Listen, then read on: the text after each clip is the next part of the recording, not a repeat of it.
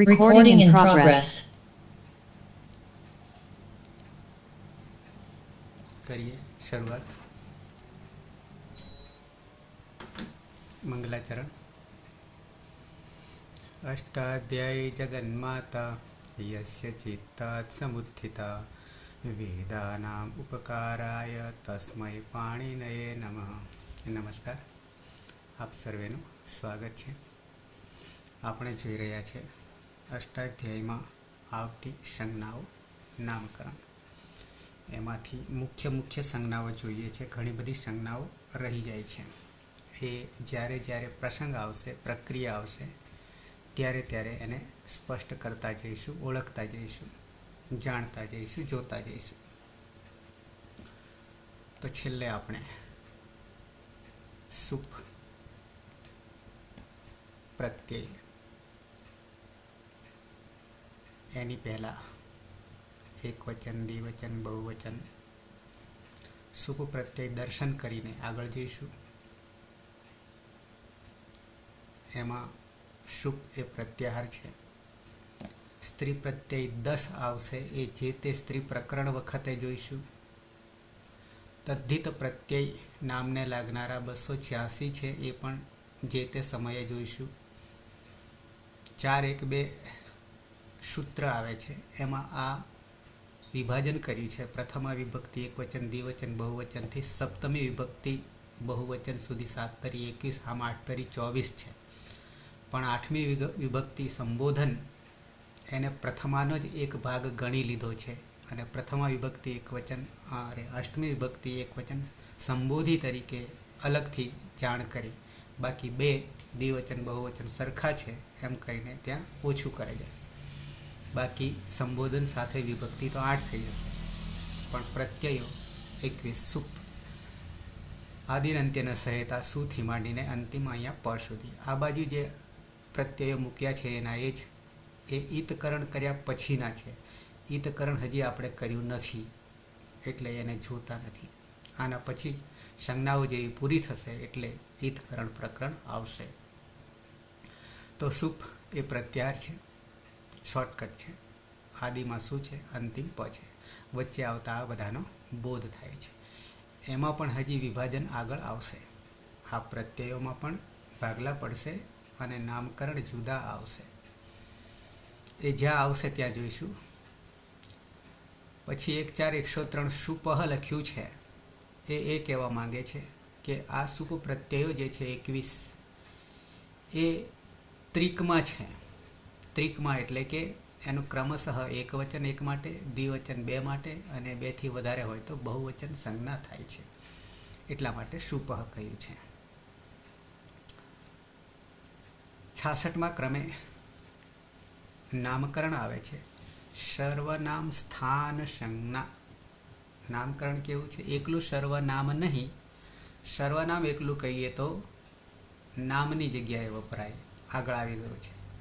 પણ અહીંયા શું કહેવું છે, સર્વનામ સ્થાન એવું કહેવું છે। એકલું સર્વનામ નહીં, સર્વનામ સ્થાન સંજ્ઞા, સંજ્ઞા નામકરણ છે। તો સર્વનામ સ્થાન માટે નીચે 2 સૂત્રો આપ્યા છે। 1, 1, 43। નંદની બોલો, નંદની બોલો, શું કહેતી નંદની?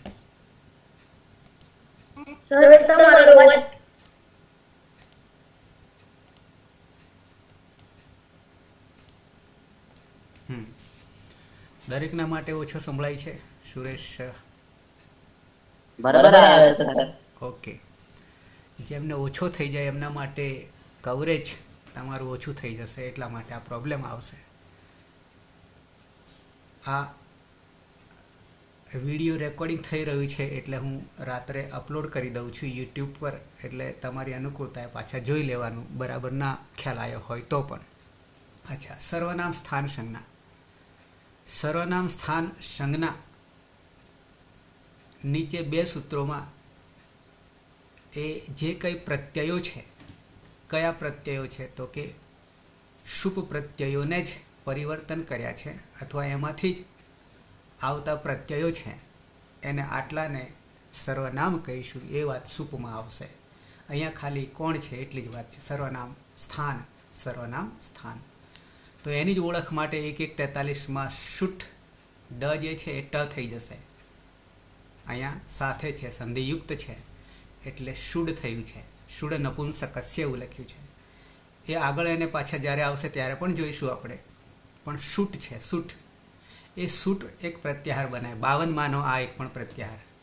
આગળ તિંગ, તંગ, સુપ. સુપમાં અંદર રહેલા પ્રત્યયોમાં પણ પાછું વિભાજન છે. તો શુથી લઈને ઓઠ, શુ અવજસ અમ ઔઠ આ સુધી આટલા પ્રત્યયો જે છે આ 5 શુટ પ્રત્યાહાર આવું લખ્યું છે. અને આ શુટને જ આપણે શું કહીશું? આટલા પ્રત્યયોનું એક નવું નામકરણ આપીએ છીએ, સર્વનામ સ્થાન સંજ્ઞા. સર્વનામ સ્થાન ક્યારે? તો એમાં એક શરત મૂકી છે, શુટ અનપુંસકસ્ય એવું લખ્યું છે. એટલે પુલ્લિંગ અને સ્ત્રીલિંગને આ પ્રત્યયો લાગશે ત્યારે એ શુટ તરીકે સર્વનામ સ્થાન તરીકે ઓળખાશે. શુટ એ શોર્ટકટ છે, પ્રત્યાહાર બનાવ્યો છે. 52માંનો જ એક પ્રત્યાહાર અહીંયા પણ છે. ત્યાર પછી તો નપુંસકલિંગને શું કરશું? તો એના માટે 42 ઉપર 43 લીધું, પછી 42 લીધું. સી સર્વનામ સ્થાનમ એમ લખ્યું છે.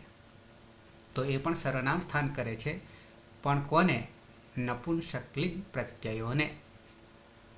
તો ઉપર તો પુલ્લિંગ સ્ત્રીલિંગ માટે આવશે 5 શુટ, જેને આપણે સર્વનામ સ્થાન કહીશું. આ એટલા માટે વિભાજન થયું છે કે આટલા પ્રત્યયો જ્યારે લાગે છે ત્યારે પુલ્લિંગ અને સ્ત્રીલિંગમાં પ્રક્રિયા સરખી થઈ જશે. એટલા માટે આ નવું નામકરણ સર્વનામ સ્થાન. તો નપુંસકલિંગમાં સર્વનામ સ્થાન કોને કહીશું? તો નીચે સૂત્ર 7:21 છે, 7મા અધ્યાય પહેલા પાદમાં 20મું સૂત્ર. જસ સસોહો સિંહી લખ્યું છે. તો એમાં આપણા ઓરિજિનલ ઉપદેશ અવસ્થામાં અહીંયા સુ અવજસ આમ ઔઠ પણ ઉપદેશ અવસ્થામાં જ છે. હવે નપુંસકલિંગમાં જસ સસ, એમાં ઉપર જસ આવી જાય છે પણ સસ નથી આવતો. એ નપુંસકલિંગમાં સુ અવજસ આમ ઔઠ સસ ટાભ્યામ 20 વગેરે જે 21 પ્રત્યયો છે એમાંથી જસ અને સસ નપુંસકલિંગમાં લાગે છે ત્યારે એને આપણે સર્વનામ સ્થાન સંજ્ઞા કહીશું. આટલી વાત છે. તો 5 ને 6 7 કેટલામાંથી? 21માંથી. 21માંથી આટલા પ્રત્યયો એનું એક અલગ નામ પાડીએ છીએ. શું નામ આપીએ છીએ? તો કે સર્વનામ સ્થાન સંજ્ઞા. આવું નામકરણ કરીશું. 5 શુટ અને જસ સસો સિંહી, જસ અને સસ. ત્યાં હજી પર પ્રક્રિયા આગળ કરેલી છે, અહીંયા સૂત્રમાં છે પણ આપણે અત્યારે નહીં કરીએ. સી છે લખ્યું છે તો એની સર્વનામ સ્થાન સંજ્ઞા થશે. નપુંસકલિંગમાં એમ કહ્યું છે. એટલે 2 નપુંસકલિંગમાં 2માં એક તો ઉપર આવી જાય છે પણ પુલ્લિંગ અને સ્ત્રીલિંગમાં અલગ થશે અને નપુંસકલિંગમાં પ્રક્રિયા અલગ થશે. એના માટે એનું સર્વનામ સ્થાન વિભાજન 7 કુલ થશે પ્રત્યયો સુપમાંના જ. પછી બાકીના જે વધ્યા 27માંથી 21માંથી 7×21માંથી એ બાકીના જે 7 નીકળી ગયા એ બાકીનાનું નામકરણ એનાથી ઉલટું વિરોધાભાસી કરી દઈએ તો સર્વનામ સ્થાનની જગ્યાએ અસર્વનામ સ્થાન સંજ્ઞા. અસર્વનામ સ્થાન સંજ્ઞા. તો બાકીના ઉપરના જે લઈ લીધા એ સર્વનામ સ્થાન સંજ્ઞા અને બાકીના વધ્યા એ બધા અસર્વનામ સ્થાન સંજ્ઞા થઈ જશે. નીચે લખ્યું છે સુ અવજસ આમ ઔઠ એ સિવાયના અસર્વનામ સ્થાન સંજ્ઞા થઈ જશે. ઓકે. પછી નેક્સ્ટ આવે છે 68 વિભક્તિ સંજ્ઞા. સૂત્ર આવે છે વિભક્તિશ્ચ. સૂત્ર આવે છે વિભક્તિશ્ચ. અત્યાર સુધી મોટાભાગે આપણે વિભક્તિ એને જ કહેતા કે જે સુપ પ્રત્યયો લાગે છે એને જ આપણે વિભક્તિ કહેતા હતા. એવું નથી. પણ ટિંગ પ્રત્યયો 9×18 અને 7×21 સુપ પ્રત્યયો. એટલે 21 ને 18 બંનેને ભેગા કરીએ અને એ પ્રત્યયોને એક નવું નામકરણ આપીએ છીએ. બંને સાથે હોય ત્યારે શું આપીએ? વિભક્તિશ્ચ. તો એ બંનેને આપણે શું કહીશું? સંજ્ઞા નામકરણમાં વિભક્તિ સંજ્ઞા કહીશું. સુપ અને તિંગ, સુપમાં 21 અને તિંગમાં 18, 9 દુ 18, 9 પરસ્મય પદમાં, 9 આત્મનેપદ. તિપ્તશ્ચિ સિપ્તસ્થ મિપોસ્મસ તાતામ જ થા સાથામ ધમ ને ઈટ વહી મહિયમ. આ તિંગ છે. તો એ બધાને શું કહીશું? વિભક્તિ સંજ્ઞા કહીશું, વિભક્તિ કહીશું. ઓકે, આગળ આવીએ. પદ સંજ્ઞા. પદ સંજ્ઞા આવે ત્યારે અપદ સંજ્ઞા પણ આવશે. પદ સંજ્ઞા કોને કહીશું? તો એના માટે પણ સૂત્ર આપ્યું છે. અને પદ સંજ્ઞા માટે ક્યાંથી ક્યાં સુધીના એ સૂત્રો પણ આપ્યા છે. 1 4 14 થી 1 4 ને 17, 14 15 16 ને 17. એ પદ સંજ્ઞા, પદ કોને કહેવાય, નામકરણ, એના સૂત્રો છે. એમાંથી એક બહુ મહત્વનું 1 4 14 જે છે એ ઉપરની જ વાતને શુપ્તિ અંતમ પદમ 1 4 14. શુપ પ્રત્યયો અને તિંગ પ્રત્યયો લાગે છે કોને? પ્રકૃતિને લાગે છે. તિંગ જે છે એ ક્રિયાને લાગે છે. અને શુપ, શુબંત જે છે એ પ્રાતિપદિકને લાગે છે. તો એ લાગ્યા પછી જે સિદ્ધ થાય છે, પદ બને છે, શબ્દ બને છે, એને આપણે પદ કહીશું. અને જ્યાં સુધી આ પ્રત્યય નહીં લાગે ત્યાં સુધી અપદ કહીશું. નીચે અપદ સંજ્ઞા આપી છે, આવે છે. તો શુપ લાગ્યા પછી અને તિગંત, તિંગ લાગ્યા પછી જે કંઈ રહે છે એને આપણે પદ કહીશું. અને પ્રત્યય વગર જ્યારે હશે ત્યારે એને આપણે અપદ કહીશું. નીચે આપ્યું છે શુપ્ત્યંતમ પદમ. એમાં બીજા મતો છે, એ મતો અત્યારે નહીં લઈએ, અત્યારે માત્ર પાણીનીને સ્વીકારીએ. અપદ શુપ નહીં હોય અને તિગંત, તિક 7 તરી 21 અને 9 દુ 18 પ્રત્યયો લાગ્યા વગર જે છે, જેને આપણે પ્રકૃતિ કહીએ છીએ, તો એ પ્રકૃતિ જે છે એને આપણે અપદ કહીશું, પદ કહીશું નહીં. આટલી જ વાત છે. સ્ત્રી પ્રત્યય ખાલી 10 પ્રત્યયો છે. અહીંયા થોડાક નામકરણ છે, જેમ કે ટાપ, ડાપ, ચાપ, નિશ, નિશ, નિન, ઉવમ, આટલા દેખાય છે. આ સ્ત્રી પ્રત્યય શું કરે છે, એમનું કાર્ય? તો કે પુલ્લિંગ શબ્દ હોય, પુલ્લિંગ હોય તો એને સ્ત્રીલિંગ બનાવી દેશે. આ પ્રત્યય લાગે છે ત્યારે જાદુ કરશે પુરુષમાંથી સ્ત્રી શબ્દોને. તો એવા 10 પ્રત્યયો આવશે કે જે તે પ્રકરણમાં સ્ત્રી પ્રત્યયમાં જોઈશું, સ્ત્રી પ્રકરણમાં જોઈશું, પણ સ્ત્રી પ્રત્યયો આવે છે. તદ્ધિત પ્રત્યયો નામને લાગનારા છે, પ્રાતિપદિકને લાગનારા છે. નામ પરથી નામ બનાવી દે છે, બીજું નામ બનાવી દે છે, જેને આપણે ઉપનામ પણ કહી શકીએ.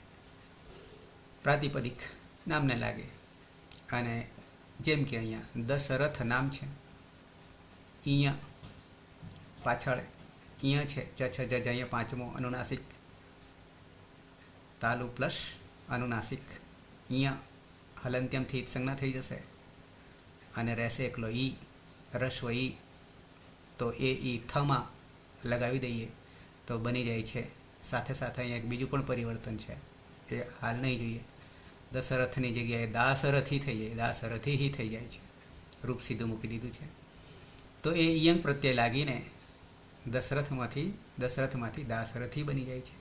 ગુરુમાંથી અણ લાગીને ગૌરવમ બની જાય છે. એ સિદ્ધ કેવી રીતે થાય પછી જોઈશું આપણે, કારણ કે ઉનો અવ બનેલો છે. તો તદ્ધિત 286 પ્રત્યયો છે કુલ પ્રાતિપદિકને લાગનારા તદ્ધિત પ્રત્યયો. અંગ સંજ્ઞા, અંતિમ તરફ આપણે જઈ રહ્યા છે સંજ્ઞામાં, બિલકુલ પ્રકરણના અંતે. હજી બીજા ઘણા પ્રત્યયો આવશે, પણ એ જે તે સમયે જોઈશું. અંગ સંજ્ઞા, અહીંયા એક સૂત્ર આપ્યું છે 1 4 13. યસ્માત પ્રત્યય વિધિ તદાદિ પ્રત્યયે અંગમ. આવું સૂત્ર આપ્યું છે. શું કહે છે એ સૂત્ર? તો અંગ સંજ્ઞા કોને કહીશું? અંગ. આમ તો પ્રકૃતિને અંગ કહીશું. પ્રત્યય જેને લાગે છે એને અંગ કહીશું, એમ કહેવું છે અહીંયા. પ્રત્યય જીસે લગાયા જાતા હૈ, તો પ્રત્યય કોને લાગે? પ્રકૃતિને જ લાગે છે. તો જે તે પ્રત્યય છે કોને લાગી રહ્યો છે એનું અંગ છે, પ્રત્યયનું અંગ છે. પ્રત્યયનું અંગ છે. ઉદાહરણમાં આપ્યું છે ક્રુ, અહીંયા દેખાશે ક્રુ, ડુંક્રુય, ડુંક્રુય 8મો ગણ છે, એમાંથી ક્રુ બચે છે વિતકરણ કરતા. તૃચ પ્રત્યય છે અને એમાંથી કર્તા બની જાય છે. તો તૃચ તો પ્રત્યય કોને લાગ્યો? તો કે ક્રુ ધાતુને લાગ્યો, ધાતુને લાગ્યો.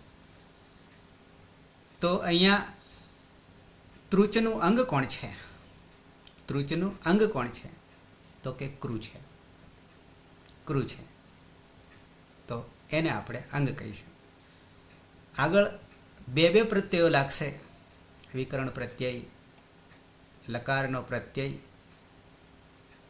ત્યારે પણ પ્રકૃતિ જે છે નીચે આવશે. હૃ તૃચ સરખું છે, હરતા એમાં હૃ એ અંગ છે અને તૃચ પ્રત્યય છે. કોનું? તો કે તૃચ પ્રત્યયનું અંગ હૃ છે. મૂળ તો ધાતુ, પ્રકૃતિ ઉપદેશ અવસ્થામાં. રામ ભ્યામ, ભ્યામ જે છે પ્રત્યય છે. ભ્યામ ભ્યામ ભ્યામ 3 વાર, તૃતીય, ચતુર્થી, પંચમી, દ્વિવચન. તો ભ્યામનું અંગ કોણ છે? તો કે રામ છે. તો આ રીતે આપણે અહીંયા પ્રકૃતિને જ આપણે અંગ કહી રહ્યા છીએ. હવે નીચે ભૂ વત્તા સપ વત્તા તીપ. ભૂ ધાતુ છે, ભૂવાદયો ધાતવ. સપ વિકરણ પ્રત્યય છે. ક્યારે લાગે, ક્યારે નહીં લાગે એ આગળ આવશે. સપ વિકરણ પ્રત્યય છે. પ્રકૃતિ અને પ્રત્યયની વચ્ચે આપતિતમ આવીને પડે છે એને વિકરણ કહીએ છીએ. વિકરણ કદાચ અહીંયા નહીં આપ્યો હોય સંજ્ઞા તરીકે, જે તે સમયે આવશે. ક્યારે લાગે છે આ વિકરણ? તો એના માટે એક બીજો શબ્દ પાછો આવશે, સાર્વધાતુક અને અર્ધધાતુક. સાર્વધાતુક તિંગ, અર્ધધાતુક તિંગ. આવા તિંગના 2 પ્રકાર પાછા આવશે. 4 લકાર, લટ લંગ લોટ વિધિલિંગ. આ 4 લકાર ને તિંગ પ્રત્યયો જ્યારે લાગે છે ત્યારે તિંગ પ્રત્યયો સાર્વધાતુક તિંગ પ્રત્યયો તરીકે થઈ જશે અને ત્યારે વિકરણ પ્રત્યય લાગશે. સાર્વધાતુકમાં, અર્ધધાતુકમાં નહીં લાગે. એ આગળ આપણે જોઈશું. સપ અને તીપ. તીપ એ તિંગમાંનો પ્રથમ પુરુષ એકવચન તીપ છે. તો હવે અહીંયા 2 પ્રત્યય છે, 2 પ્રત્યય છે. તો શું કરીશું અંગ માટે? તો સપ વિકરણ પ્રત્યય છે એનું અંગ એ ભૂ છે. અંગ એ ભૂ છે, ધાતુ છે. પણ પછી પાછો તીપ પાછળ છે. તો તીપ માટે 2 અંગ થઈ ગયા. કોણ? તો કે સપ અને ભૂ. તો શું કહીશું હવે? અહીંયા નીચે લખ્યું છે ભૂ પ્લસ સપ તિંગ પ્રત્યય કા અંગ હે, એમ કહ્યું છે. તો આ રીતે જ્યારે વિકરણ પ્રત્યય કે હજી વધારે લાગે ત્યારે અંગ કોને કહેવું? અંગ કાર્ય એ આપણે શરૂઆતમાં આવશે. 5 અંગ કાર્યો કરવાના થશે. પંચાંગ ઉપાંગ કાર્યો આવશે. ઉપાંગ કાર્ય કોઈ પણ પ્રક્રિયા કરીએ તો મોટાભાગે ઓછામાં ઓછા પંચ ઉપાંગ ઉપઅંગ તરીકે કામ કરશે. તો અહીંયા તો માત્ર અંગ કોને કહેવાય, અંગ કાર્ય કોને કહેવાય આટલી વાત છે. મોટાભાગે પ્રકૃતિને, પ્રત્યય જેને લાગે એને અંગ કહીશું. અંગને લાગે પ્રત્યય, પ્રકૃતિને લાગે. પ્રગૃહ્ય સંજ્ઞા, આગળ જઈએ. પ્રગૃહ્ય સંજ્ઞા 1-1-11 થી 1-1-19 સુધીના સૂત્રો જે છે એને પ્રગૃહ્ય સંજ્ઞા સૂત્ર કહીએ છીએ. પ્રગૃહ્ય કોને કહીશું? તો અહીંયા સૂત્ર છે, છૂટું પાડીએ એટલે ખબર પડશે, ભેગું બહુ ઓછી ખબર પડશે. ઈદુ દે દ્વિવચનમ પ્રગૃહ્યમ આવું લખ્યું છે, એને અલગ કરી દઈએ, પદછેદ કરી દઈએ. તો ઈ દીર્ઘ છે, ઈ દીર્ઘ છે.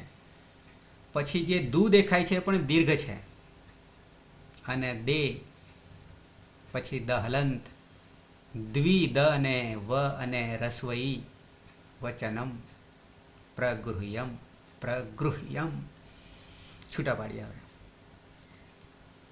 ઇથ, દ જે છે એનો ત કરી દઈએ, ઇથ. અને ઇથ એ તપરકરણ છે, એટલે એકલો દીર્ઘ ઈ લેવાનો છે, એકલો દીર્ઘ ઈ લેવાનો છે. બે માત્રા. દ માંથી જસ્ત્વ અહીંયા છે, એમાં ચર્ત્વ કરી દઈએ તો ત અથવા તપરકરણ થઈ જશે, તો ઇત રહેશે. અને ઇત એટલે જે તે તત્કાલ, તપરસ તત્કાલસ્ય સૂત્ર પ્રમાણે એકલા દીર્ઘ ઈને લેવાનો છે. પછી દુ દેખાય છે એ ઉ છે, એ પણ દીર્ઘ ઉ છે, ત્યાં પણ ઉત કરી દઈએ. ઇત, ઇત, ઉત, એત, આવી રીતે ત્રણ જુદા પડશે.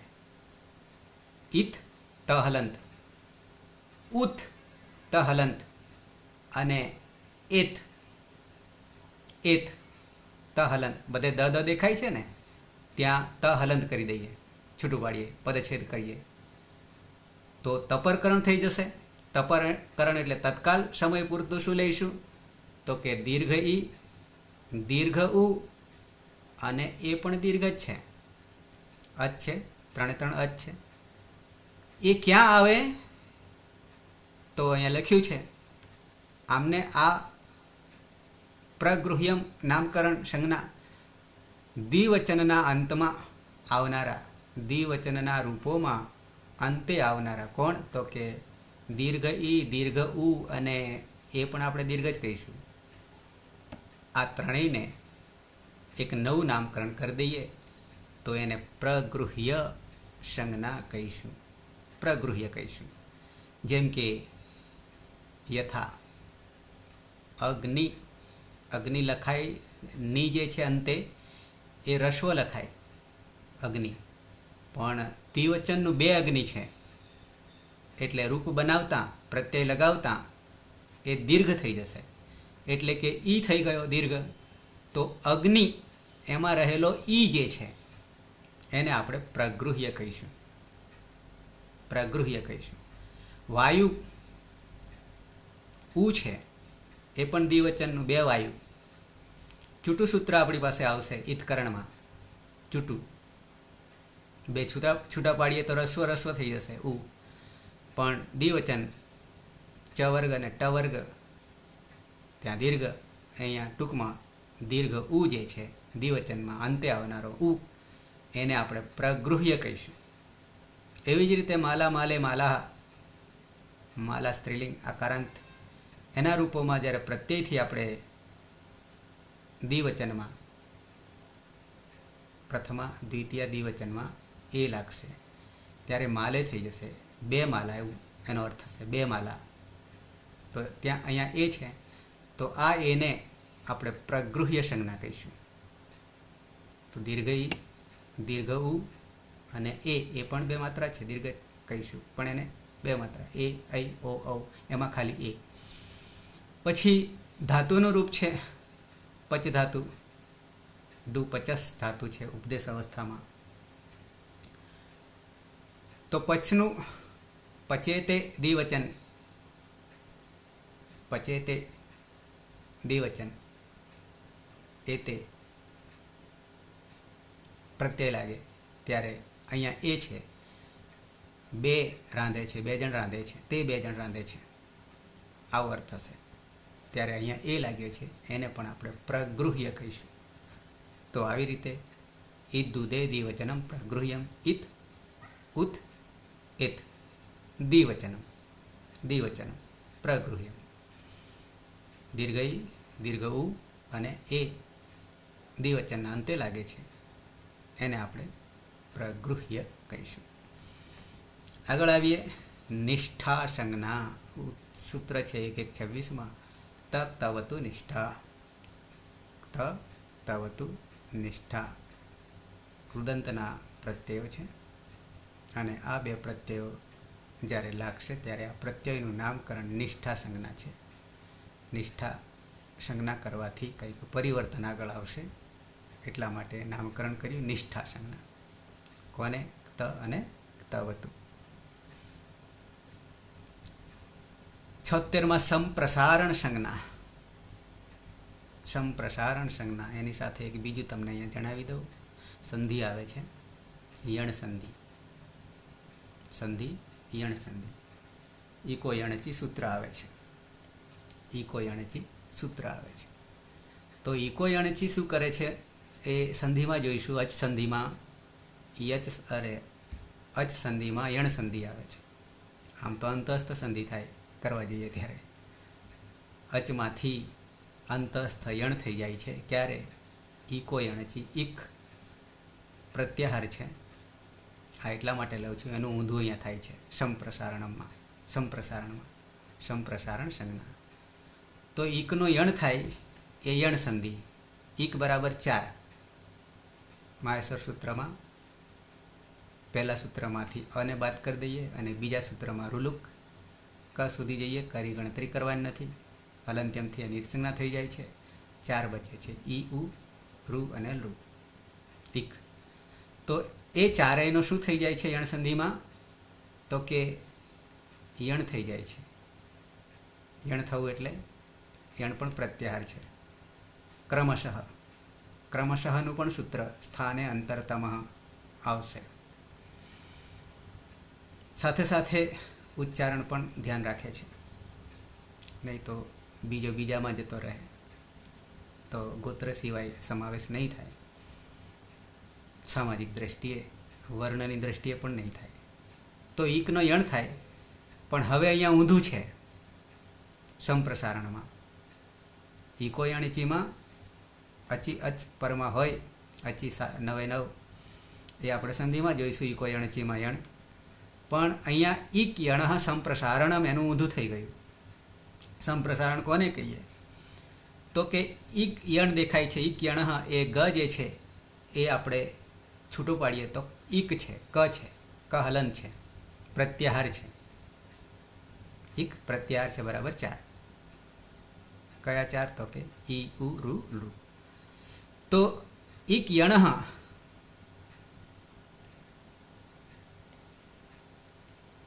સંપ્રસારણ. યણની જગ્યાએ ઈક કરી દેવું.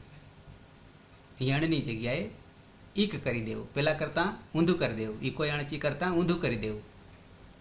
તો યણની જગ્યાએ ઈક કરવું એને સંપ્રસારણ કહીશું. અહીંયા આપ્યું છે યજ, પછી ઇષ્ટમ દેખાય છે. યજ, ય છે, ય છે. તો યણનું આપણે ઈક કરવાનું છે. તો યની જગ્યાએ આપણે ઈ કરી દઈએ. ક્રમશઃની વાત છે. પછી વપ દેખાય છે. વપ, એમાં વ ધ્યાન રાખવાનો છે.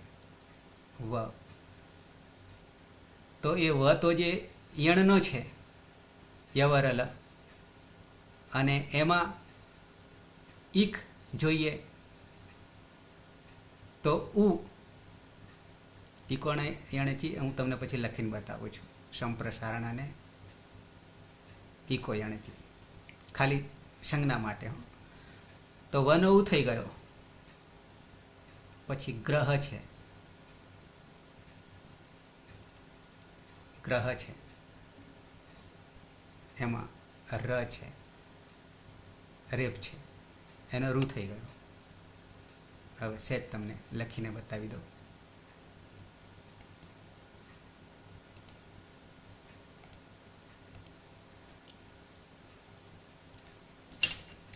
ઈકો યણચીમાં શું હતું? તો કે ઈક પ્રત્યાહાર છે. ઈ, ઉ, રૂ અને લુ. તો યણમાં ય હલંત, વ હલંત, ર હલંત, યવ ર અને લ હલંત, લુ. આ યણ સંધિમાં આવશે. પણ હવે પાછા જૈસે થઈ કરી દઈએ. શું? યનો ઈ કરી દઈએ, વનો ઉ કરી દઈએ, રનો રૂ કરી દઈએ અને લનો લૂ કરી દઈએ. તો આને સંપ્રસારણ. સંપ્રસારણ પહેલામાં યણ, ઈકનો યણ, ઈકનો યણ અને યણનો ઈક ઊંધું થઈ ગયું તો સંપ્રસારણ થઈ ગયું. જ્યાં પ્રક્રિયા આવશે ત્યાં આપણને સિદ્ધ થઈ જશે. આગળ સંજ્ઞા છે અપૃક્ત સંજ્ઞા. અપૃક્ત સંજ્ઞા નીચે સૂત્ર છે એનું 1-2-41. અપૃક્ત એકાલ પ્રત્યય ક્યાં બને છે? પ્રત્યયોમાં બને છે. પ્રત્યય એકલું જુદું કરી દઈએ તો પ્રત્યયનું પણ સૂત્ર છે 3-1-1. ત્રીજો અધ્યાય પહેલો પાઠ પહેલું સૂત્ર. ત્યાં પ્રત્યય શરૂ થાય છે અને એ પ્રત્યયો 5મા અધ્યાયના અંતિમ સૂત્ર સુધી ચાલે છે બધા પ્રત્યયો. તો અહીંયા કહે છે અપૃક્ત કોને કહેવું? અપૃક્ત કોને કહેવું? એકાલ, એક અલ. એકાલમાં છૂટું પાડીએ. એક અલ. અલ બરાબર કોઈ બાકી નહીં રહેતું. આદિરંત્યને સહિતા. પહેલા માહેશ્વર સૂત્રમાં પહેલો અ અને હલમાં અંતિમ લ જોડી દઈએ તો અલ થઈ જાય છે. એક પાછળ અ, પાછળ એક અને અલ બરાબર આ થઈ ગયો એકાલ. ટૂંકમાં અલ એટલે કોઈ વર્ણ બાકી નહીં રહેતો. ક્યાં? પ્રત્યયમાં. પ્રત્યયમાં આપણે જ્યારે ઈતકરણ કરીશું, ઈતકરણ હજી આવ્યું નથી, હવે આવશે ત્યારે સમજ પડશે. અને કાઢતા કાઢતા જે કંઈ બચે છે તો બચવામાં એક જ વર્ણ બાકી રહે, અલ એક જ બાકી રહે, તો એને આપણે અપૃક્ત કહીશું. એનું નામકરણ અપૃક્ત કહીશું. જેમ કે યથા ક્વિન, ક્વિપ, ન્વી, ન્વિન, વિટ, વિચ આ બધા પ્રત્યયો છે. અને એ પ્રત્યયોમાં ઈતકરણ કરતાં કરતાં, હજી ઈતકરણ આવ્યું નહીં એટલે વિશેષ તમને નહીં કહું અહીંયા. જેમ કે અહીંયા વ એકલો બચે છે, વ એકલો બચે છે. આ બધામાં એકલો વ બચે છે. તો એ વનું નામકરણ શું કહીશું? તો કે અપૃક્ત કહીશું. અને અપૃક્ત થવાથી આગળ પ્રક્રિયા પણ ચાલશે. પછી અહીંયા શું દેખાય છે? શું દેખાય છે? ત્યાં ઓરિજિનલ શું જે છે હું તમને લખીને બતાવું.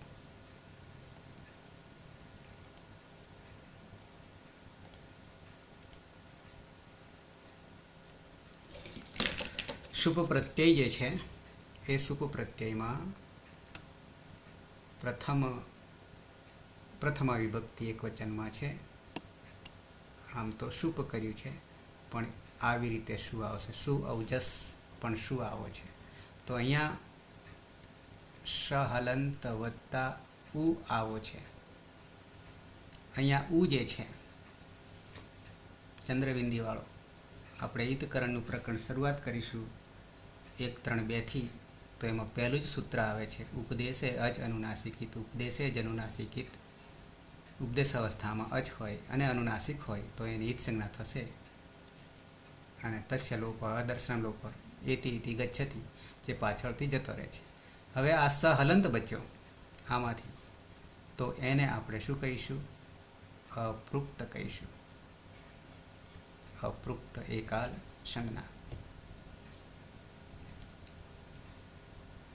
અપૃક્ત થયા પછી પણ શું પરિવર્તન થાય છે એ પ્રક્રિયા દરમિયાન જાણીશું.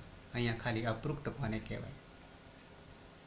એકાલ પ્રત્યય. પ્રત્યયમાં એક અલ, એક વર્ણ બાકી રહેશે, એને આપણે જેમ કે અહીંયા સ બાકી રહ્યો એને અપૃક્ત સંજ્ઞા આપીશું, નામકરણ આપીશું. આગળ મેં 78 આમરેડિત સંજ્ઞા. આગળ મેં તમને કહ્યું હતું પૂર્વ અભ્યાસ ઉભે અભ્યસ્તમ, પૂર્વ અભ્યાસ અભ્યાસ કાર્ય, અભ્યાસ કાર્ય, દ્વિત્વ કાર્ય, આવું આગળ મેં તમને બતાવ્યું હતું. દ્વિત્વ કાર્યમાં અભ્યાસ અને અભ્યસ્ત બે સંજ્ઞા આવી હતી. તો ત્યાં પૂર્વ અભ્યાસ આવું બે ધાતુ દ્વિત્વ થાય ત્યારે આગલાને પૂર્વવાળાને પૂર્વ અભ્યાસ અને ઉભે અભ્યસ્તમ બંનેને અભ્યસ્ત સંજ્ઞા આપી હતી. હવે માત્ર પાછલો, એકલો પાછલો, આગળનાની વાત થઈ, બેની વાત થઈ ગઈ, પણ એકલો પાછળ પર રહી ગયો હતો. 8:1:2 8:1:2 8મા અધ્યાયમાં પહેલા પાદમાં બીજું સૂત્ર. તસ્ય પરમ આમ્રેડિતમ, આમ્રેડિત સંજ્ઞા કોને કહીશું? તો કોઈ પણ શબ્દ બે વાર બોલવામાં આવે છે, બે વાર બોલવામાં આવે છે ત્યારે પરવાળો પાછલો એની આમ્રેડિત સંજ્ઞા થઈ જશે. આગળ હોય પૂર્વ અભ્યાસ, બંને હોય તો ઉભે અભ્યસ્તમ, અભ્યાસ અભ્યસ્ત આમ્રેડિત. જેમ કે અહીંયા કાંસ કાન, કાંસ કાન પાછળ ન થઈ ગયો છે. ચૌર ચૌર પાછળ જે છે ચૌર. વૃષલ વૃષલ પાછળ પરમાં એની આપણે આમ્રેડિત સંજ્ઞા કરીશું. ઘાતયિષ્યામિત્વા ઘાતયિષ્યામિત્વા આખાને હો, તો એમાં પાછળ પરવાળું જે છે એની આમ્રેડિત સંજ્ઞા કહીશું. અભ્યાસમાં પૂર્વ અભ્યાસ, બંનેને કહેવું હોય તો અભ્યસ્ત અને એકલા પરને કહેવું હોય તો આમ્રેડિત. એ ત્યાં પણ મેં ઉલ્લેખ કર્યો હતો. નિપાત અને ઉપસર્ગ બંને સરખા છે, પણ ક્યારે નિપાત રહેશે અને ક્યારે ઉપસર્ગ રહેશે, ખાસ કરીને વૈદિકમાં, વેદમાં સૂત્ર આવે છે 1458 પ્રાદય પ્રઆદય પ્ર પરા અપસમ અનુભવ નિશ નિર્દોષ દુર્વી આ અંગ અધિ અતિશુ ઉત અભિપ્રતિ પરિઉપ 22. એ જ નીચે પણ આના આ જ છે 22 ઉપસર્ગ તરીકે, એ જ 22 છે અને એ જ નિપાત તરીકે છે. નીચે નીચે આપતિતમ અથવા તો આ નિપાત જે છે સાથે સાથે નીચે આ ઉપસર્ગ પણ છે. નિરુક્તની ભાષામાં સ્વતંત્ર અર્થ પણ છે અને ઉપસર્ગ કહીએ તો અહીંયા એક જુદી રીતે એની વ્યાખ્યા આપી છે. આ બધા જે છે એ જ ઉપસર્ગ છે, નિપાતો છે, અને આ બધા જે છે એ જ ઉપસર્ગ છે. 22 ક્યાંક 24 પણ છે. કેવી રીતે નિપાત રહેશે અને કેવી રીતે ઉપસર્ગ રહેશે, આટલો જ તફાવત છે. તો જ્યારે ક્રિયા યોગે ઉપસર્ગ, ક્રિયાના યોગમાં ઉપસર્ગ હંમેશા આગળ લાગે, પ્રત્યય પરમાં લાગે. પરસ છે બીજું સૂત્ર 3:1:2 પ્રત્યય પછીનું. પણ ઉપસર્ગો જે છે ઉપસર્ગ ક્રિયા યોગે, આખું પ્રકરણ ઉપસર્ગનું આવશે અને એ દ્યોતક છે કે એ આખું નિરુક્તનો વિષય છે. તો ઉપસર્ગ બહુવચન 22 છે એટલે ક્રિયા યોગે, ક્રિયાના યોગમાં હંમેશા આગળ લાગશે, નામ નહીં લાગશે અને ધાતુ નહીં લાગશે, બંનેને લાગશે, ટૂંકમાં પ્રકૃતિને લાગશે. ત્યારે એ અર્થનો બીજો અર્થ કરી નાખે છે, દ્યોતક થઈ જાય છે. ત્યારે એ ઉપસર્ગ તરીકે રહેશે અને સ્વતંત્ર તો એ નિપાત તરીકે રહેશે. નિપાતમાં ક્યાંક ખાલી છંદમાં જરૂરિયાત પડી તો પણ લેવામાં આવે, એનો અર્થ નહીં થાય, અર્થો પણ સ્વતંત્ર થશે વગેરે વગેરે, ત્યારે નિપાત તરીકે રહેશે. અને અહીંયા પ્ર ઉપસર્ગ છે ધારો કે, તો હાર, ખાલી હાર પ્રાતિપદિક છે, નામ છે હાર, તો પ્ર આગળ લગાવી દઈએ તો પ્રહાર, ઉપ લગાવી દઈએ તો ઉપહાર. એમ 22 આગળ લગાવવાથી અર્થ બદલાઈ જાય છે. એટલે ક્યારે નિપાત ક્યારે ઉપસર્ગ. ઉપસર્ગ થવાથી એ અર્થ જ આખો બદલાઈ જાય છે. આહાર વિહાર 81 અવસાન સંજ્ઞા વિરામો અવસાનમ 1:4 અવસાન કોને કહીશું? નાશ પામવો નહીં. અવસાન કોઈ પણ પદ હોય એનો અંતિમ, એના પછી કાંઈ ના હોય, અવકાશ હોય એને આપણે અવસાન કહીશું. વર્ણનો અભાવ એને અવસાન સંજ્ઞા આપીશું. અહીંયા બાલક અગચ્છત, ત અંતે છે હલંત, અગચ્છત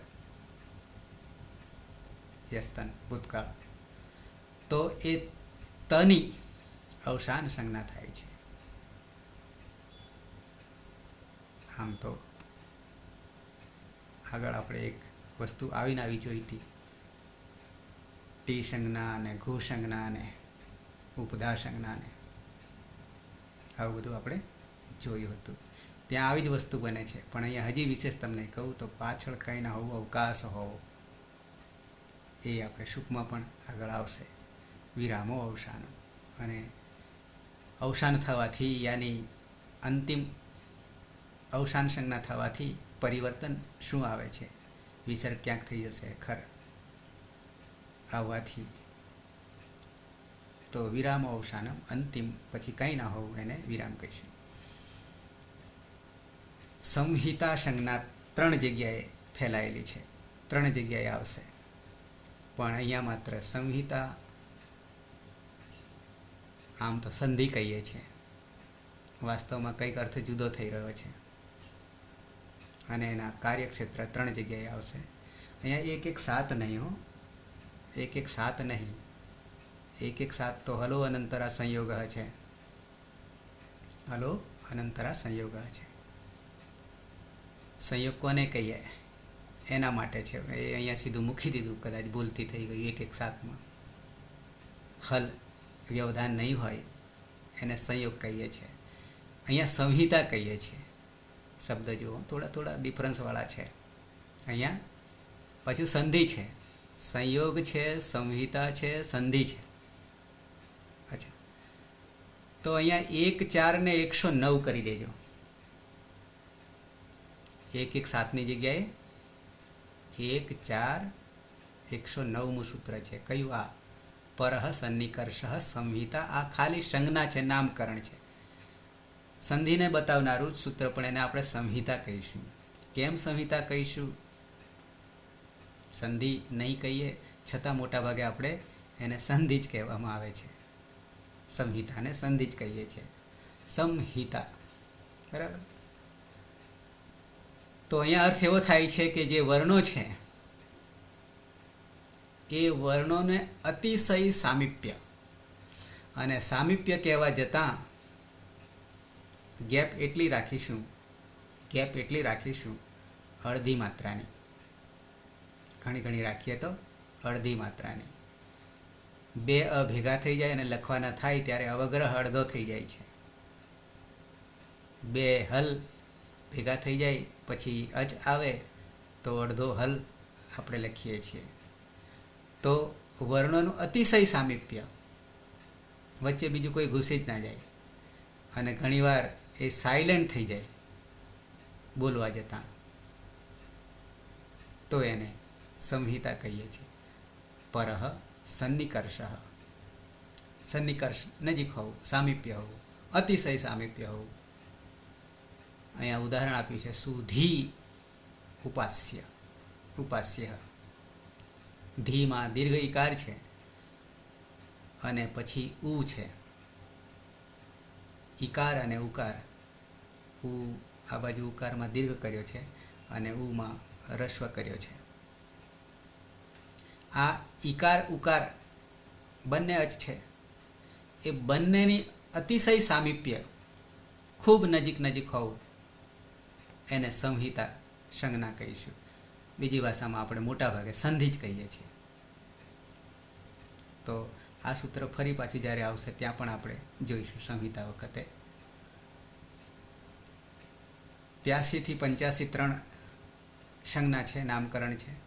સ્થાની, આદેશ અને નિમિત્ત. સ્થાની, આદેશ, નિમિત્ત. હજી એક અહીંયા ખૂટે છે જે નીચે આવશે, આગમ. આદેશ આવે ત્યારે આગમ આવે, બે એકબીજાના વિરોધી છે. આદેશ, આગમ, નિમિત્ત. 4 ગણી લઈએ, પણ નીચે આગમ હશે. તો પહેલા સ્થાની. સ્થાની યાની મૂળ. સ્થાની યાની મૂળ. મૂળ એટલે શું? કે ધારો કે ઈ કોઈ અણચી છે. ફરી પાછા આવી જઈએ સ્થાની માટે. આદેશ અને નિમિત્ત, ત્રણેય વસ્તુ માટે. આમ તો સંધિનો વિષય, ઈ કોઈ અણચી સંધિ પણ થઈ જવાની છે વગર ઉદાહરણે. આપણે વાત હતી સ્થાની.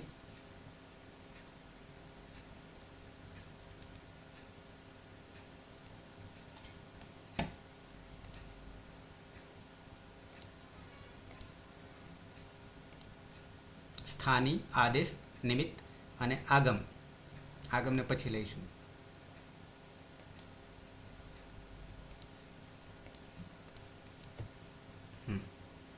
સ્થાની, આદેશ અને નિમિત્ત, 3 વસ્તુ સમજવાની છે. ઈ કોઈ અણચી. ઈકો ય અણચી છૂટું પાડી દઈએ. ઈક, યણ અને અચી જે છે એને અચ કરી દઈએ. ઈકો જે છે એ ઈકહ છે, ષષ્ઠી એક વચન છે. ઈકહ છે.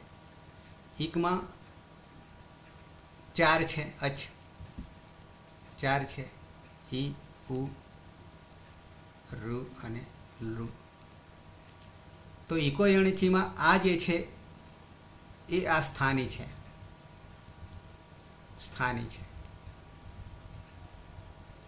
ઈ, ઉ, રૂ, લુ સ્થાની છે. પછી આદેશ શત્રુવત છે. શત્રુવત છે. હટાવીને બેસી જશે. કોને હટાવી દેશે? ઈને હટાવી દેશે, ઉને હટાવી દેશે, રૂને. આ મૂળ છે, સ્થાની છે. અને સ્થાનીને હટાવીને આદેશ કોનો થઈ જાય છે? યણનો. ય, વ, ર અને લ. આ આદેશ થઈ ગયો. શત્રુવત દુશ્મનો છે. કોના? સ્થાનીના. એને હટાવીને આ બેસી જવાના છે. અચને હટાવીને. કેમ બેસી જવાના છે? આવું કેમ થાય? કારણ. કારણ. તો એ કારણ અહીંયા સ્થાની, આદેશ અને નિમિત્ત. નિમિત્ત કોણ બની રહ્યું છે? તો અચ નિમિત્ત બની રહ્યા છે. અચી સપ્તમી એક વચન. અચ પરમાં હોય, પાછળ હોય, ત્યારે આવું થાય તો આ નિમિત્ત બની જાય છે. સ્થાની, આદેશ અને નિમિત્ત. સ્થાની મૂળ, જે તે વર્ણો. જે તે વર્ણો.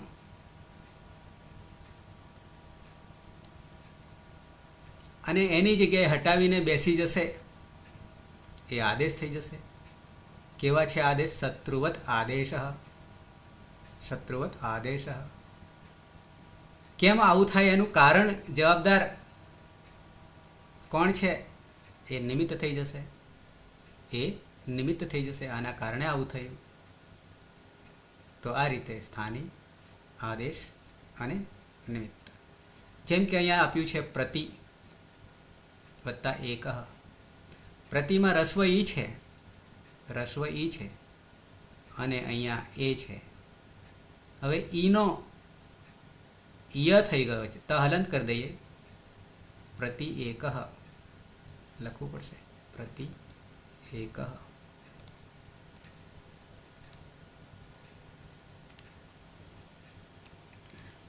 પ્રતિ એકહ. આને છૂટું પાડીએ. પ્ર ત હલંત ઈ અને એ પાછળ ક તો બરાબર છે. હવે અહીંયા જોઈએ ત હલંત અને પછી આ ઈ જોઈએ, ઈ અને એ જોઈએ. ઈકો યણ ચીમાં ઈ આવે છે. યણ તો આ ઈનો શું બનાવી દઈશું? ય બનાવી દઈશું. પ્ર ત હલંત ય અને પાછળ આ જવાબદાર છે, નિમિત્ત છે એ ઈકો યણચી. આ ઈ છે, ઈકનો છે. આ સ્થાની છે અને આદેશ થઈ ગયો તો યણ થઈ ગયો. કેમ થઈ ગયો? પરમાં અચ છે, અચી, તો બની ગયું પ્ર ત અડધો. આ એ જે છે યમાં આવતો રહેશે, આખો ય થઈ ગયો અને પાછળ ક. પ્રત્યેક ઈકો યણચીનું દ્રષ્ટાંત એક તમને મેં સંધિ પણ સાથે સાથે કરાવી દીધી. સમજી રહ્યા છે તો સ્થાની આદેશને નિમિત્ત સમજી રહ્યા છે તો અહીંયા ઈ સ્થાની છે, એને હટાવીને શત્રુ ય આવી ગયો, આદેશ થઈ ગયો, હટાવીને બેસે છે. ઈને હટાવીને કેમ નિમિત્ત બને છે? અચ પરમાં છે તો એ નિમિત્ત થઈ ગયો. તો સ્થાની આદેશ અને નિમિત્ત.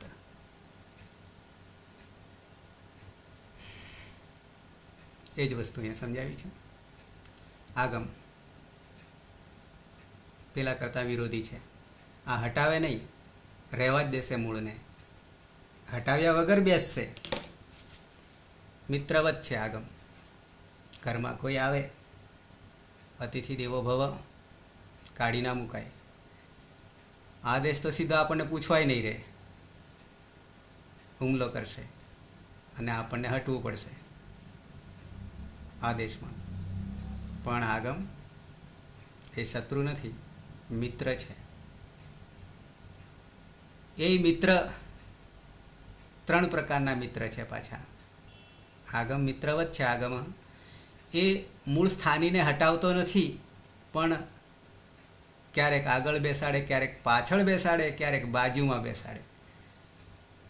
એની લાયકાત કેટલી છે તે પ્રમાણે હટાવ્યા વગર બેસશે આગમ, એટલે મિત્રવત કયો છે. તો કેટેગરી 3 ગણીએ. જો એ વડીલ હોય તો આપણે આગળ બેહાડવો પડે, પાછળ ના બેસે. સમાન લંગોટિયા ભાઈબંધ હોય તો બાજુમાં બેસાડી દઈએ, અને આપણાથી નાનો હોય તો આપણી પાછળ બેસાડીએ. એમ આગળ આગમ 3 રીતે બેસશે.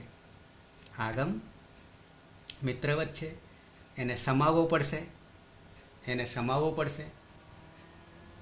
સમાવવામાં પણ એની કેટેગરી લાયકાત કેટલી છે તે પ્રમાણે એને, તો એના માટે પણ આપણી પાસે આગમો મોટા ભાગે 3 આવે છે આગમો. તો પહેલાં તો આગમ કોને કહેવાય એટલી જ વાત છે.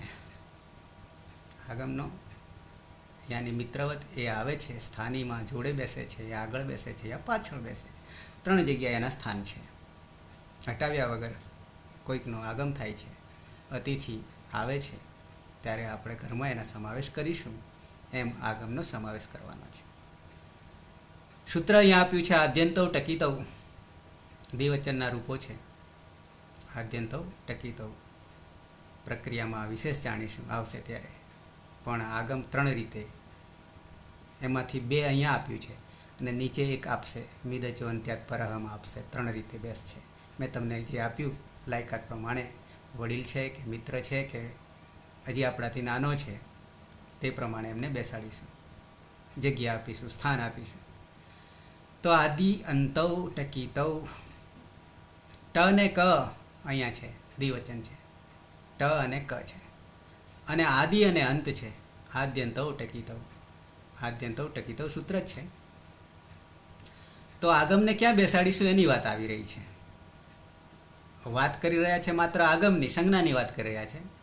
પણ એ કેવી રીતે બેસે છે પ્રક્રિયામાં વિશેષ જોઈશું. પણ 3 રીતે બેસે છે. મોટાભાગે 3 આગમો હોય છે. તો આદિ અને અંતની વાત કરે છે. આદિમાં ક્યારે બેસે અને અંતે ક્યારે બેસે આગમ.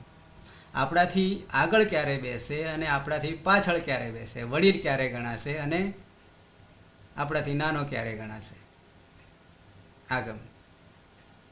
તો આદિની સાથે આપણે ટને લઈએ, ટ વર્ણ હલ, અને ક જે છે એ અંતે લઈએ. શું થશે આમનું? તો કે ટિત આગમ અને કિત આગમ. પાછું ટિત એટલે શું અને કિત એટલે શું એને સમજવું પડે નામકરણમાં. તો સહેજ તમને બતાવી દઉં. ટિત આગમ એને કહીશું. ટિત આગમ ટની ઈત સંજ્ઞા થાય એને ટિત કહીશું. કની ઈત સંજ્ઞા થાય તો એને કિત કહીશું. ટની ઈત સંજ્ઞા ક્યારે થાય? હલંત્યમ સૂત્ર અંતે હોય. હલંત્યમ, જેમ કે અહીંયા ઈટ દેખાય છે, નૂટ દેખાય છે અને સૂટ દેખાય છે. 3. તો આ ટ બધા હલંત છે અને હલંત્યમ હજી ઈતકરણ આવ્યું નથી. બીજું સૂત્ર 1 3 3 હલંત્યમ સૂત્ર આવશે. ઉપદેશે હલ અંત્યમ ઈત સંજ્ઞા સ્યાત. તો હલંત્યમ સૂત્રથી ટની સંજ્ઞા થઈ ગઈ અને ઈત સંજ્ઞા થવું એટલે એથી ગચ્છથી જે પાછળથી જતા રહેવાના છે ગણતરીમાં લેવાના નથી, પણ એ જતાં જતાં પોતાનું નામકરણ કરતો જાય છે. શું નામકરણ કરતો જાય છે? તો ટની ઈત સંજ્ઞા થવાને કારણે એને ટિત કહીશું. ટિત પ્રકારનો આગમ કહીશું અને એને બેસાડીશું ક્યાં? આદિ આગળ બેસાડીશું. આ બધા વડીલ છે આપણા કરતાં. જ્યાં બેસવાનો છે એ એનો વડીલ છે એટલે આગળ બેસાડીશું. ટની ઈત સંજ્ઞા થાય એને ટિત કહીશું અને એને ક્યાં બેસાડીશું? આદિ ટકિતૌ, આદ્યંતૌ, આદિ અંતૌ. તો આદિમાં ટની ઈત સંજ્ઞા થાય. હા, એનું નામકરણ જ ટની ઈત સંજ્ઞા થવાને કારણે આ જે ઈ બચે છે, ઈ બચે છે નું શું હજી આમાં જશે, હજી આમાં જશે. હાલ નહીં જવાડતા, નીચે કદાચ આપ્યું હોય તો જોઈએ. તો ટૂંકમાં ટની ઈત સંજ્ઞા થાય એને ટિત કહીશું. કની ઈત સંજ્ઞા થાય તો કિત કહીશું. જેમ કે અહીંયા નીચે છે યુક, જુક, નુક, એમાં પણ ક છે અને ક છે. એ પણ હલંત્યમ સૂત્રથી ઈત સંજ્ઞા થશે. લોપ દર્શનમ લોપ, એના દર્શન થશે નહીં. પણ જતો જતો પોતાનું નામકરણ કરતો જાય છે એટલે કિત તરીકે ઓળખાશે અને એ પાછળ બેસે. નાનો છે, પાછળ બેસે. જે નિમિત્ત બને છે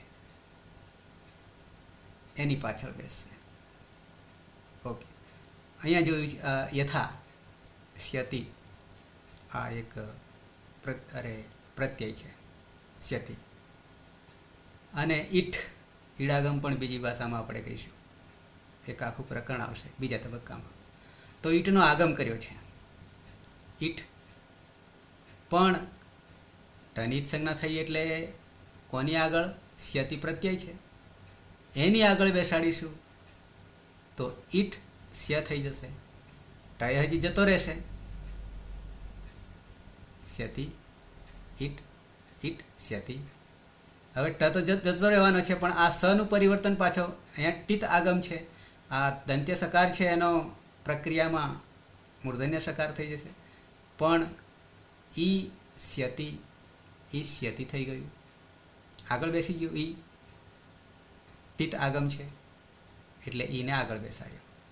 જો કિત આગમ હોય, કની સંજ્ઞા થાય તો એને પાછળ બેસાડીશું. જ્યાં લાગવાનો છે એની પાછળ બેસાડીશું. કેવી રીતે?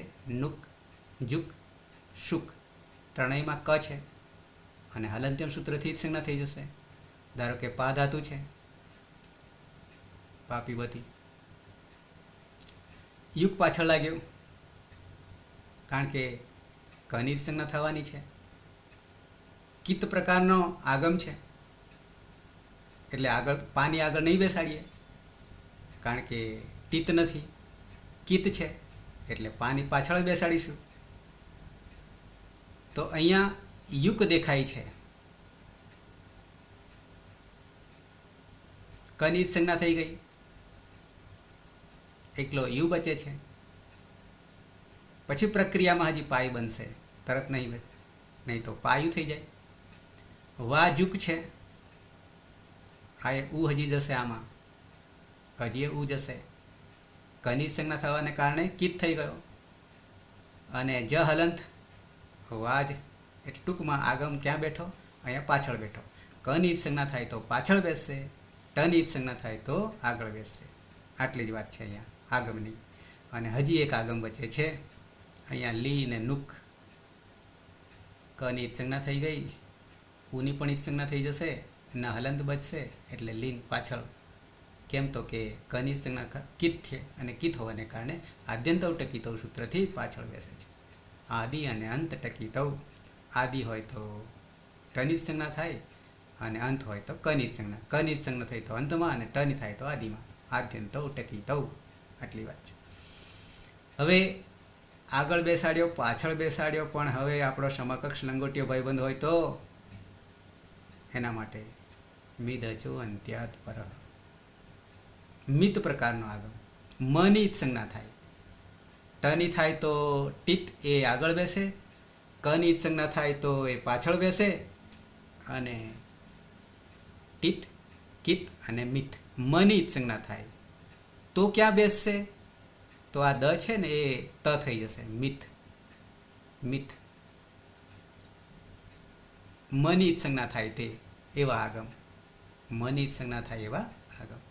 તો મિદચો, મિદ અચો, અચ 9, અંત્યાત પરઃ. મિદચો અંત્યાત પરઃ.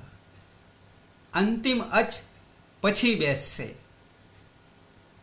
કોણ? મિત પ્રકારનો આગમ. અંતિમ અચ પછી બેસશે. તો આપણે અંતિમ અચ ગોતવો રહ્યો, અને એની પછી બેસશે.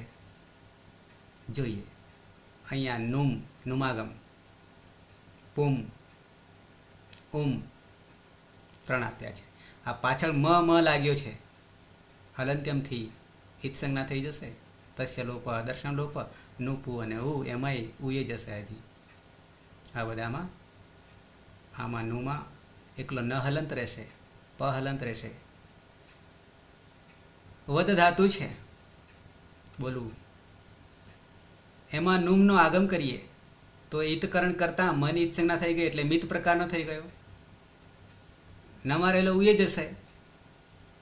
તો આ મિત પ્રકારના આગમને, આ વદ છે તો બેસાડવું ક્યાં આગમ તરીકે?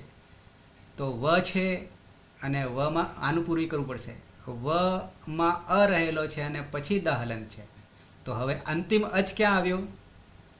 અંતિમ અચ વદમાં મિદચો અંત્યાત પરઃ. મિતનો આગમ મની સંજ્ઞા થવાથી મિત બને છે. અચ અંત્યાત પરઃ. અંતિમ અચ પછી કોનો આગમ થશે? નુમાગમ, અથવા તો મની સંજ્ઞા થાય એવા આગમ. તો જોઈએ વદમાં અંતિમ અચ પછી, અંતિમ અચમાં વમાં રહેલો અ છે, અને એના પછી બેસશે. ટૂંકમાં વ પછી બેસશે. તો અંતિમ અચ અહીંયા અ છે, અને એ અ પછી બેસશે. તો હવે જોઈએ નુમ બેસાડવાનો છે. મ જતો રહ્યો, એકલો ન રહેશે, એવું પણ જતો રહેશે. તો વ પછી ન હલંત, અને પછી દ હલંત તો છે જ ઓલરેડી, તો વનત થઈ જશે. આગમ આવી ગયો, બાજુમાં બેસાડી દીધો. પથ, પુમનો આગમ કરીએ તો અહીંયા પની પછી અ છે, પની પછી અ છે. તો પ પછી અહીંયા એકલો પ રહેશે, આ પ એકલો રહેશે, એટલે પતમાં અહીંયા પ અને પછી ત, પપ્ત થઈ ગઈ, પપ્ત થઈ ગઈ. વચ અંતિમ આ આગમ છે, આગમ છે, વચ ધાતુ છે. તો આમાં પણ ક્યાં બેસાડવો? મ તો ગયો, મિત થઈ ગયો આગમ. વિદચો અંત્યાત પરહ, તો અંતિમ અચ પછી, તો કે વ પછી, અહીંયા વ અ ચ, એટલે આ વ પછી આપણે આગમ છે, ઉને બેસાડી દઈએ. ઉનો પછી પાછો ઓ થઈ જશે, એ પછીની વાત છે. ચ પાછળ છે, ઓ જ. તો આ રીતે આગમ 3: ટિત, કિત અને મિત. ટિત, કિત આદ્યંતવ ટકીતવ, ટની જ સંજ્ઞા થાય તો આગળ, કની જ સંજ્ઞા થાય તો પાછળ. મિદચો અંત્યાત પરમ, મની જ સંજ્ઞા થાય મિત હોય તો અંતિમ અચ પછી. અંતિમ અચ પછી. આટલી જ વાત છે. સમય થઈ ગયો છે. અહીંયા હજી આપણું રહી ગયું સંજ્ઞા પરે હોને પર. ઘડિયાળ સામુ નજર ના હોય તો આગળ ને આગળ ગાડી ચાલી જાય. છે કોઈને પ્રશ્ન? અતીત, હિરલ, જય શ્રી રામ, કરમન, મહેશ, રેખાવે, આટલા ખાસ તો. કરમન બરાબર છે? બરાબર છે સર. બાકીના અતીત કે હજી મારી ગાડી દોડી રહી નહીં ને? મારી એક્સપ્રેસ નહીં થતી ને? તમારા માટે શીરો બનાવું છું મસ્ત મજાનો, ગળે વળગી ના જાય, સીધો ઉતરી જવો જોઈએ. બરાબર ને નંદની? નંદની જૂની છે. હા સર.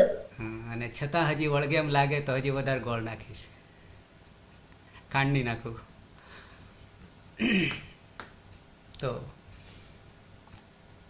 અહીંયા અટકીએ છીએ, પણ પાછા એવું લાગે તો વિડીયો જોઈ લેજો. મેં આ પીડીએફ પણ મોકલી દીધી છે. જેને નહીં મળી હોય તો મને મેસેજ કરી દેજો, તો મોકલી દઈશ.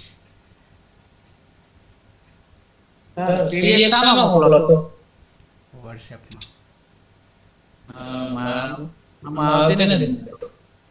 મેસેજ નહીં કર્યો હોય, જે તે દિવસે હાજર નહીં હોય. ઓકે, તો મંગલાચરણથી સમાપન કરીશું.